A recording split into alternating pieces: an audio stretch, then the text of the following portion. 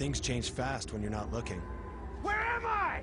Same with your credit. Keep an eye on yours all year long at transunion.ca. Log on now and get instant access to your TransUnion credit report and score. Where are you headed?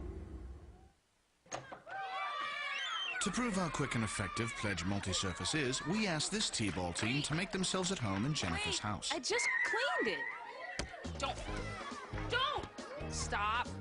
No worries, Jennifer. Try Pledge Multi-Surface. On all this stuff. Hey, pretty good. Really good. This works great. Fast, too. Clean more, faster. That's the beauty of Pledge Multi-Surface. S.C. Johnson, a family company. Also available in a duster. They're the ones who killed my parents. 3 brothers who lost everything. We're family. We have to stick together. Found the strength. We will send for everyone who is left alive. How will we live? We will protect you. To lead thousands to freedom. We will start rebuilding the lives you have all lost. Based on the untold true story. Our revenge is to live. Defiance. In theaters everywhere, January 16th. She competes in one of the fastest sports in the world. Racing, head first, down a track of ice.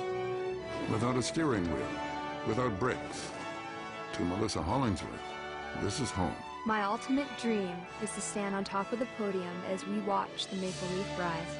I believe that time is coming soon. The Vancouver 2010 Olympic Winter Games are coming to CTV. Do you believe?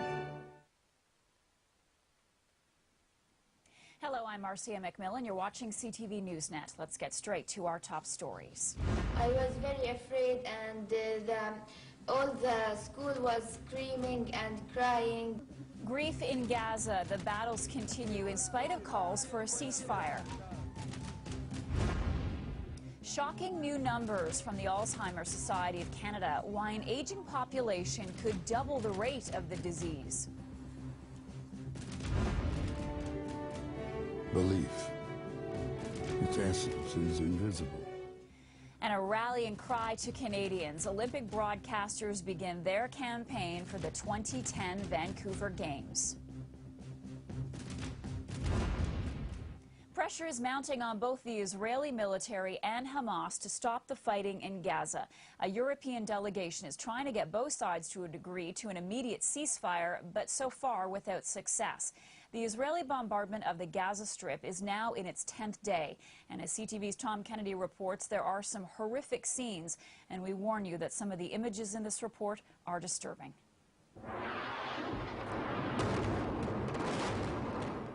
Israeli bombs and shells continue to fall in one of the most densely populated areas of the Middle East.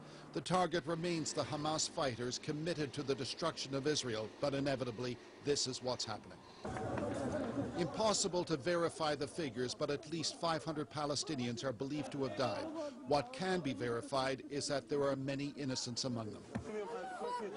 They arrive at hospitals in Gaza, some able to walk, others barely alive, and in some cases already dead. And there is no sign of it ending. Among the hundreds of thousands of civilians trying to survive, a family of Palestinian Canadians living in Gaza. Mira Kada says her school was among the buildings bombed. I was very afraid, and all the school was screaming and crying. Her father, like everyone else, desperate to get out. For the last week, it was too much, especially on my kids. What precipitated this was Hamas rocket attacks on Israeli towns, and they haven't stopped. Among the targets hit today, an Israeli school. It was empty at the time.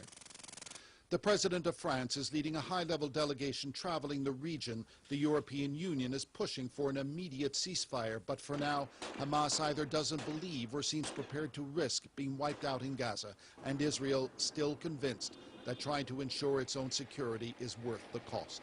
We are trying to take all the necessary steps in order to avoid civil casualties, but unfortunately, since they hide among civilians, sometimes this can happen.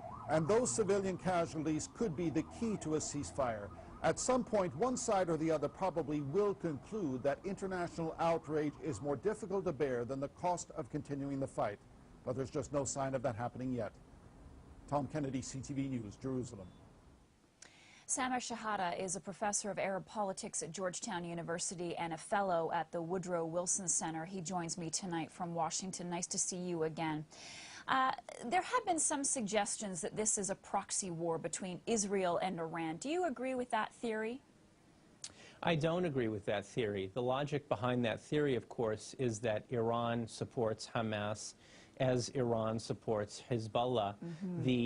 The situation, however, is that the people who are being killed and the fighting is actually taking place between Palestinians and Israelis. As your report mentioned, 1.5 million Palestinians living in the Gaza Strip. Also, Hamas, although it has ideological support from Iran, because it is bordered only by Israel and Egypt, and of course it's been under siege or blockaded for the last 6 months, only small amounts of monies and then in some cases probably small arms have been able to get to Hamas from Iran. So there's really another kind of logic that's going on here, which is partially political, with the upcoming Israeli elections in February and the different candidates positioning themselves, and of course the last days of the Bush administration and President Bush being very pro-Israel, blindly so, really, in the opinion of many, allowing the Israeli government to do this before President-elect Obama comes to office. And yet, for its part, Israel says politics, that's not the case here. They want to stop Hamas from shooting rockets into their country. So do you think that there is an end to this? What is going to stop Hamas from doing that, if that's the only thing that's going to prevent this from going on? Sure. It's a very legitimate concern, and of course Hamas and any party is unjustified in targeting civilians, in this case Israelis in southern Israel.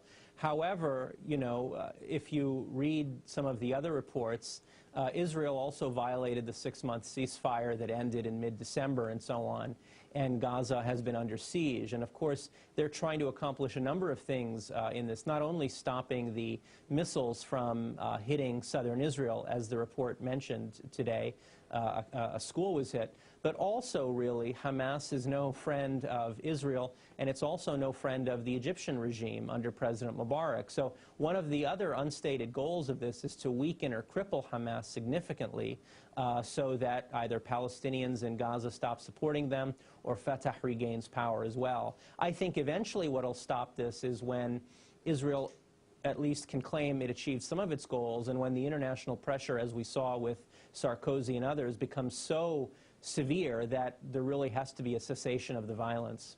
And I did want to ask you about that. Unfortunately, we're just about 30 seconds away from running out of time, but are you optimistic then that Nicolas Sarkozy can help broker a deal?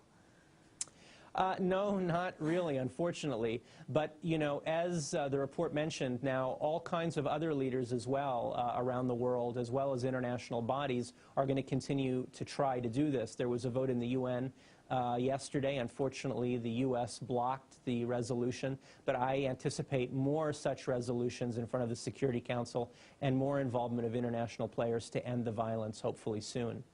Indeed. Samer Shehata, thank you so much for talking to us tonight. Appreciate it. You're welcome.